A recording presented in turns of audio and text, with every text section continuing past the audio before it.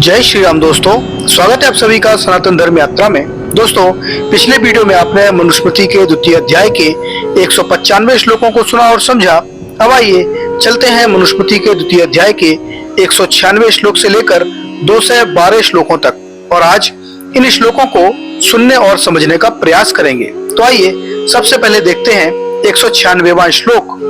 इसमें लिखा है, सूर्येण अविमुक्तः शयनो अभ्युदिश्य यः प्रायश्चित्तं कुर्वाण युक्ता श्यान महर्तनशः। अर्थात यह जो सूर्येण अभिमुक्तः प्रमाद में सूर्य के अस्त हो जाने पर, चा और शयान अभ्युतता सोते सोते सूर्योदय होने पर प्रायश्चित अकुर्वाणः प्रायश्चित नहीं करता है, वह महता एनिशा युक्ता स्यात् बड़े अपराध का भागी बनता है। अर्थात उसे बड़ा दोषी माना जाएगा, क्योंकि संध्या कालों में ब्रह्मचारी के लिए सबसे परम आवश्यक कर्म संध्योपासना का विधान है और इस कर्म में प्रमाद करने से ब्रह्मचारी के पापों में फंसने का भय रहता है। अब इसके अनुशीलन देखते हैं। तो ऐना के अर्थ ज्ञान के लिए दूसरे अध्याय का दूसरा श्लोक, इस पर भी समीक्षा आप देख सकते हैं। उसके बाद 197वां श्लोक है, संध्योपासना का विधान एवं विधि। इसमें लिखा है, आमच्चपे तो नित्य मुझे संधे समाहिता सुचे देशे जपंज मोपाशीत यथा विधि।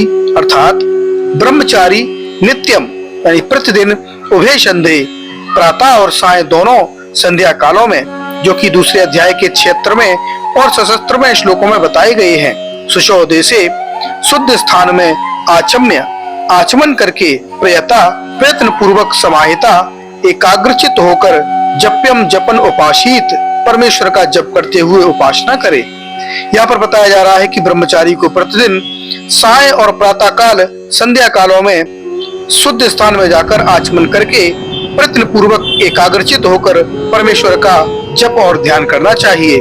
नित्य संध्योपासनम के पूर्व शुद्ध जल का आचमन किया करें। उसके बाद 198वां श्लोक है, स्त्री शूद्र आदि के उत्तम आचरण का भी अनुकरण करें। इसमें लिखा है, यदि स्त्री यद्यवरजः श्रेय किंचित समाचरेत तत्सर्वमाच हृदयुक्तो यत्र वास्य रमे नुमः। अर्थात यदि अवरजः यदि कोई स्त्री अथवा सूर्य भी किंचित श्रेय समाचरेत कोई श्रेष्ठ कार्य करें, तत्सर्व आचरेत उनसे शिक्षा लेकर उस पर आचरण करना चाहिए। व अथवा यत्र जिस शास्त्रोक्त कर्म में अश्य मन रमेत इनका मन रमे उस श्रेष्ठ कार्य को करता रहे। उसके बाद 199वां श्लोक है, त्रिवर्ग संबंधी मान्यताएं। इसमें लिखा है, धर्मार्थ विच्यते श्रेय कामार्थो धर्म एव च अर्थ एव वा श्रेय वर्ग इति तु स्थिति। अर्थात इस संसार में धर्मार्थो श्रेय उच्यते, कोई धर्म और अर्थ को कल्याणकारी कहते हैं, कामार्थो कोई काम और अर्थ को, चा और धर्म एव कोई धर्म को ही, अथवा अर्थ चैव श्रेय कोई अर्थ को ही श्रेय कहते हैं। त्रिवर्ग इति तु स्थिति, धर्म अर्थ और काम इन तीनों का वर्ग ही इस संसार में श्रेष्ठकर है, यही वास्तविक सिद्धांत है। उसके बाद 200वां श्लोक है, आचार्यस्य पिता चैव माता भ्राता च पूर्वजः नार्तेनाप्य मंतव्य ब्राह्मणेन विशेषतः। अर्थात आचार्य च पिता च एव माता पूर्वजा भ्राता, आचार्य माता पिता तथा बड़ा भाई, आर्तेन अपि न अब मंतव्य स्वयं दुखी होते हुए भी किसी को इनका अपमान नहीं करना चाहिए। विशेषता ब्राह्मणेन विशेष रूप से ब्राह्मण को तो कभी इनका अपमान नहीं करना चाहिए। उसके बाद 201वां श्लोक है, आचार्यो ब्रह्मणो मूर्ति पिता मूर्ति प्रजापते माता पृथिव्या मूर्तिस्तु भ्राताशो मूर्तिरात्मा। अर्थात क्योंकि आचार्य ब्रह्मण मूर्ति, आचार्य वेद ज्ञान देने से ब्रह्मा की मूर्ति रूप है, पिता प्रजापति मूर्ति, पिता पालन करने से प्रजापति की मूर्ति है, माता पृथिव्या मूर्ति, माता पालन एवं सहनशीलता के कारण पृथ्वी की मूर्ति है, स्वभ्राता आत्मा मूर्ति, अपना बड़ा भाई सहायक होने से अपनी आत्मा की ही मूर्ति है। उसके बाद 202वां श्लोक है। इसमें लिखा है यम माता पितरो क्लेशम सहेतेशम भवे मृणाम न तस्य निष्कृति शक्या कर्तुम वर्ष शतैरपि। अर्थात माता पितरो, माता और पिता, नृणा संभवे, संतानों को उत्पन्न और पालन पोषण करने में, यम क्लेशम सहेते, जिस कष्ट को सहन करते हैं, तस्य निष्कृति, उसका बदला, वर्ष शतै अपि, 100 वर्षों में भी, ना कर्तु शक्या, नहीं चुकाया जा सकता है। उसके बाद 203वां श्लोक है। इसमें लिखा है तयो नित्यम प्रियम कुर्यादाश्चर्य च सर्वदा तेष्वेव त्रितुष्टेषु तपा सर्व समाप्यते। अर्थात तयो, उन दोनों अर्थात माता पिता का, च और आचार्य, आचार्य का, नित्यम प्रतिदिन, सर्वदा हर समय, प्रियम कुर्यात, प्रिय कार्य करता रहे, तेषु तुष्टेषु एव, इन तीनों के संतुष्ट होने में ही, सर्व तपा समाप्यते, सब तप पूर्ण हो जाता है। उसके बाद 204वां श्लोक है। इसमें लिखा है तेषाम त्रिणाम सुरुषा परम तपुच्यते न तैर अन्य भुजातो धर्मगम्य समाचरेत। अर्थात तेषाम त्रिणाम सुरुषा, आचार्य, माता और पिता, इन तीनों की सेवा करना ही परम तप उच्यते, परम तप कहा गया है।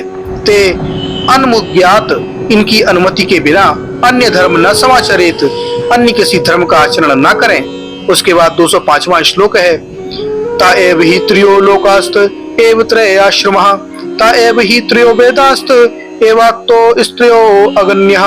अर्थात ते एव ही त्रय लोका, वे ही तीनों पृथ्वी आकाश अंतरिक्ष लोक हैं। ते एव त्रय आश्रमा, वे तीनों ही 3 ब्रह्मचर्य, गृहस्थ एवं संन्यास आश्रम हैं। ते एव ही त्रय वेदा, वे ही 3 ऋक यजु साम वेद हैं। ते एव त्रय अग्निया उक्ता, वे ही 3 अग्नियां मानी गई हैं, जो कि दूसरे अध्याय के 206वें श्लोक में बताई जा रही हैं। उसके बाद 206वां श्लोक है पिता वैगह प्रत्यो अग्निन्द्र माता अग्निव दक्षिणा स्मृतः गुरुरः बनीयस्तु साग्नित्रेता गर्यसि।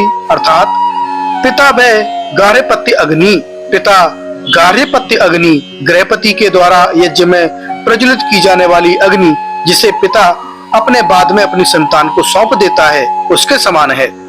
माता दक्षिणा अग्नि स्मृतः, माता दक्षिण अग्नि, यज्ञ में दक्षिण की ओर स्थापित की जाने वाली अग्नि के समान है। गुरु तू आवानी है, और गुरु वाणी आहुति देने योग्य यज्ञ की अग्नि के समान है। सा अग्नि त्रेता गर्यसी, इन तीनों अग्नियों का समूह सर्वश्रेष्ठ है। अर्थात जिस प्रकार यज्ञ की इन 3 अग्नियों का श्रेष्ठ फल है, वही फल इन तीनों की सेवा में है। उसके बाद 207वां श्लोक है त्रिश्य प्रध्या देश नेतेषु त्रिलोकान विजय ग्रही दीपम्यमान स्वपुषा देवदित मोदते। अर्थात ग्रही, गृहस्थी व्यक्ति, एतेषु त्रिषु अप्रमाध्यन, इन तीनों की सेवा में प्रमाद न करता हुआ, स्वपुषा दीप्यमानः, अपने शरीर में दीप्यमान होता हुआ, दिवि देववत मोदते, द्युलोक में यानी स्वर्ग लोक में देवता के समान प्रसन्नता को प्राप्त होता है। उसके बाद 208वां श्लोक है इमं लोकम मातृभक्त्या पितृभक्त्या तु मध्यमम गुरु शुश्रा त्वेवं ब्रह्मलोकम समुष्यते। अर्थात मनुष्य इमं लोकम मातृभक्त्या, इस पृथ्वी लोक को माता की सेवा करने से, मध्यम तु पितृभक्त्या, मध्यम आकाश लोक को पिता की सेवा करने से, एवं इसी प्रकार गुरु सुश्रूपया, गुरु की सेवा करके ब्रह्मलोकम समनुष्यते, मोक्ष को प्राप्त करता है। उसके बाद 209वां श्लोक है। इसमें लिखा है सर्वे तस्यहता धर्मा यशस्येत त्रिय आहितः अनहर्तस्तु यस्ते सर्वस्य फला क्रिया।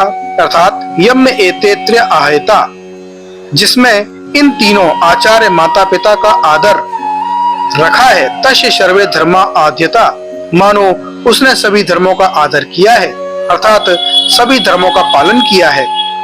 यस्य तु एते अनाद्यता, जिनने इनका आदर नहीं रखा, तस्य सर्वा क्रिया अफला, उनकी सब श्रेष्ठ क्रियाएं निष्फल रहती हैं। उसके बाद 210वां श्लोक है इसमें लिखा है यावत् त्रयस्ते जीवे युस्तान मान्यः समाचरेत तेस्तेव नित्यम श्रुषाम कुर्यात् प्रीमहिते रतः। अर्थात ते त्रय यावत जीवेयु, वे तीनों जब तक जिए, तावत अन्य न समाचरेत, तब तक इनकी सेवा शुश्रूषा को छोड़कर किसी अन्य धर्म का प्रमुखता से पालन न करें। प्रिय हिते रतः, उनके प्रिय आचरण में लगा रहें।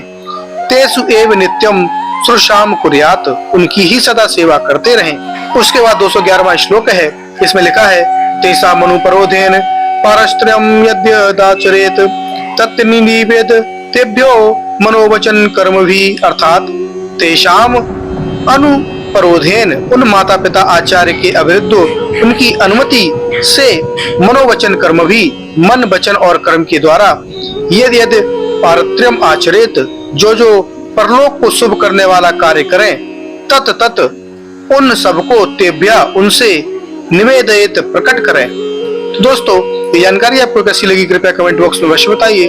बने रहिए सनातन धर्म यात्रा के साथ और लेते रहिए रोचक एवं धार्मिक जानकारियां प्रमाणों के साथ। धन्यवाद। जय श्री राम।